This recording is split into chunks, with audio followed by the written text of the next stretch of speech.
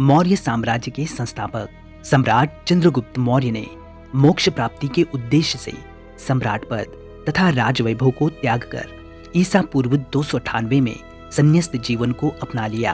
फिर उनके पश्चात उनका पुत्र बिंदुसार मौर्य साम्राज्य का अगला सम्राट बना, जिसने लगभग 26 वर्षों तक शासन किया और अपने पिता से विरासत में प्राप्त विशाल मौर्य साम्राज्य को यथास्थिति बरकरार रखा। चंद्रगुप्त मौर्य जैसे एक महान पिता का पुत्र और अशोक जैसे एक महान पुत्र का पिता होने के बावजूद भी बिंदुसार के जीवन के बारे में हमें तथ्य, तर्क एवं तारीखों के अभाव में काफी कम जानकारी उपलब्ध होती है। ऐसे में बिंदुसार के बारे में जानने की हमारी उत्सुकता और भी बढ़ जाती है। इसीलिए आज के इस वीडियो में हम इतिहास के पन्नों से प्राप्त दुर्लभ जानकारी को संग्रहित करके आपके सामने प्रस्तुत कर रहे हैं। तो आओ दोस्तों, शुरू करते हैं सम्राट बिंदुसार के जीवन से जुड़ी आज की ये वीडियो।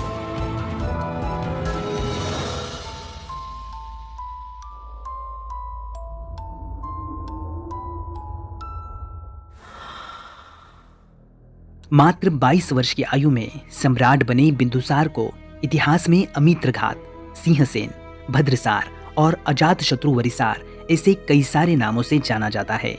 अमित्रघात शब्द का अर्थ है शत्रुओं का नाश करने वाला। संभवतः ये बिरुदावली बिंदुसार ने किसी विजय के उपलक्ष्य में धारण की होगी, लेकिन किस विजय के उपलक्ष्य में धारण की होगी इसे ज्ञात करना कठिन हो जाता है।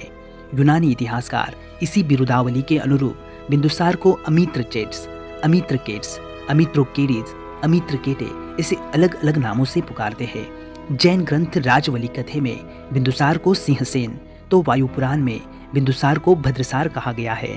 अपने पिता चंद्रगुप्त मौर्य की तरह ही बिंदुसार भी विद्वानों और दार्शनिकों का आदर करते थे।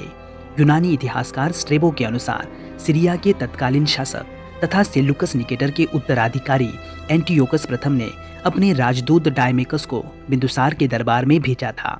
तो रोमन इतिहासकार प्लिनी के अनुसार टोल्मी द्वितीय फिलाडेल्फस ने भी अपने राजदूत डायोनियस को बिंदुसार के दरबार में नियुक्त किया था। इससे ये प्रतीत होता है कि बिंदुसार के समय में भी मौर्यों के यूनानियों और अन्य विदेशियों के साथ संबंध अच्छे रहे थे। बौद्ध ग्रंथ दिव्यावदान के अनुसार बिंदुसार के कई सारे पुत्र थे, जिनमें से सबसे बड़े पुत्र थे सुशीम, जो कि पश्चिमोत्तर भारत अर्थात तक्षशिला के प्रशासक थे। दिव्यावदान में वर्णन है कि सुशीम के कुप्रशासन से त्रस्त होकर तक्षशिला में लोगों ने विद्रोह किया। इस विद्रोह को दबाने के लिए बिंदुसार ने अशोक को तक्षशिला भेजा। मालवा और उज्जैन में प्रशासक रहे अशोक ने बड़ी ही कुशलता से तक्षशिला के विद्रोह को दबाया और वहां की जनता को शांत किया।